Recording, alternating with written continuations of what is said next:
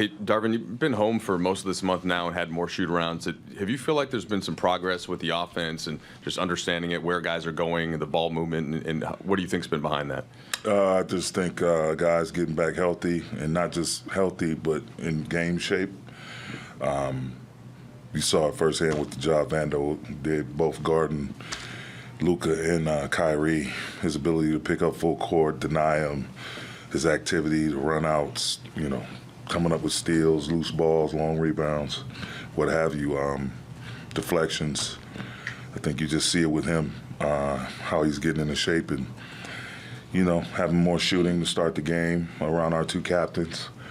And guys just not skipping steps, focusing on the details, the little things. And, yeah, being in our own building with our own resources directly available to us, definitely made a difference. And, our film sessions, us just continuously chipping at the rock.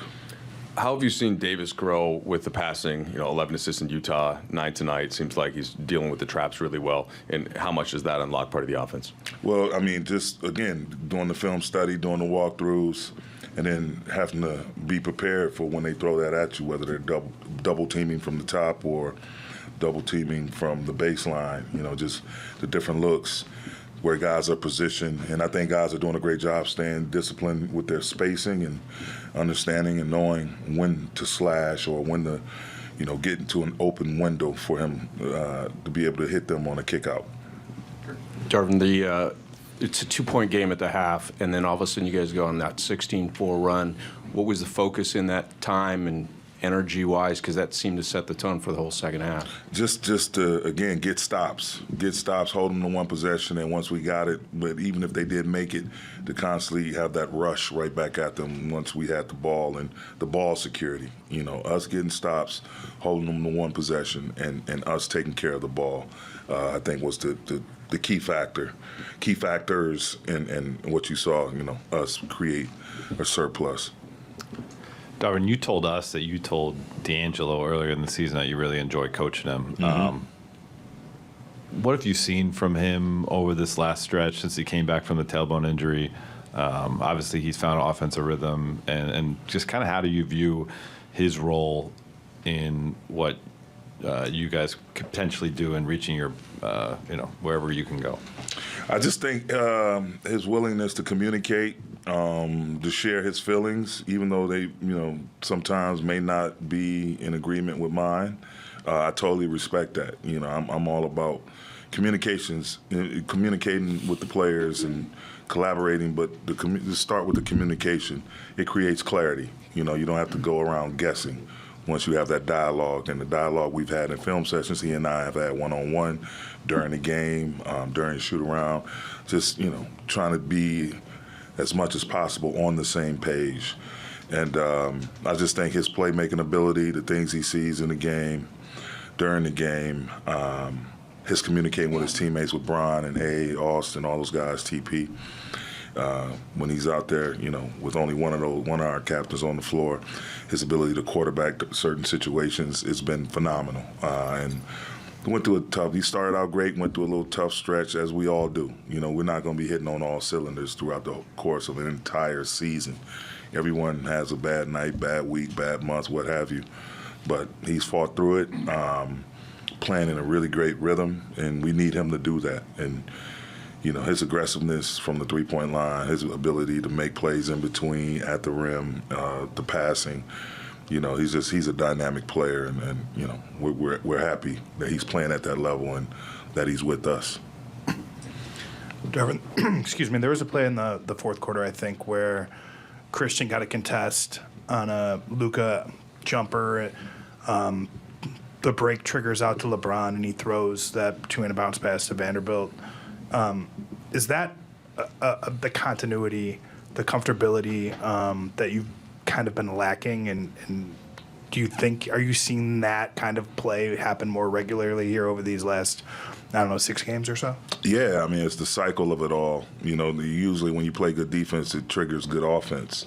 And us being not, walking it up the floor, with the ball or jogging up the floor without the ball, everyone just having a sense of urgency to be in attack mode towards the paint, towards the rim, opens up everything. And the kick aheads, the unselfishness of kicking the ball ahead, what we call the hockey assist, the assist that sets up the scoring pass. So it's been great to watch. 33 assists. That's primetime ball movement right there, and against a really, really good ball club at that. So we just got to bottle it up and continue to work at it and go back, look at the film, see what we can do better, and try to sustain what we're doing well. 6 turnovers for 13 points in that third quarter specifically. Just how much easier does that make life for you guys when you're able to be that active on the end of the floor?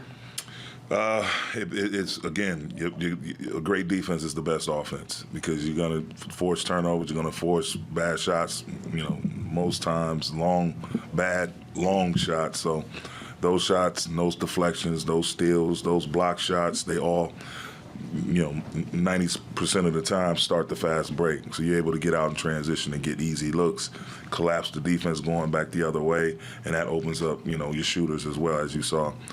D'Lo, AR getting some really good open looks from 3 in transition, as well as Bron, too. Hey, Darvin. When you talk about D'Lo's maturity and your guys' communication, how much of that stemmed from what happened last season with him, playing really well and then struggling a bit in the playoffs, and your guys' communication that formed back then? How much of that is translating to now? I think a lot. We re-signed him because we knew he could help us. We still know he can help us.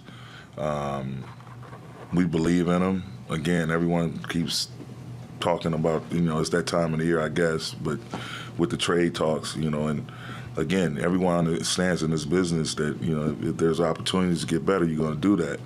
But the reality of it is we have what we had down the stretch last year, as well as more firepower and guys who are a year closer and experienced and playing with one another. So if we just stop looking around and just look at ourselves, look within ourselves, there's a ton of excellent basketball that we can play and a ton of games that we can win with this group as it is constructed. So he's right at the forefront of that. And, we just want him to feel comfortable and be able to go out and play the game at the high level like he's been doing here recently. Darvin, you guys were throwing some late doubles at Luka and Kyrie, kind of disrupting their rhythm. How effective was that strategy, do you feel like, and how were you able to take away some of the things that they were trying to do? Both of those guys are, first ballot Hall of Famers, in my opinion, and I think a lot of other people's opinion. And you let them pick you apart, they will do that. And even still with us trying to,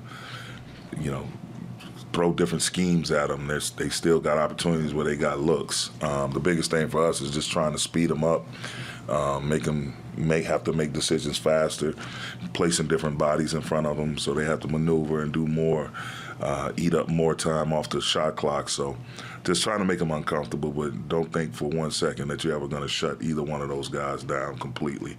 They're still going to find ways to make an impact on the offensive side of the ball. Thanks, Coach. Thank you.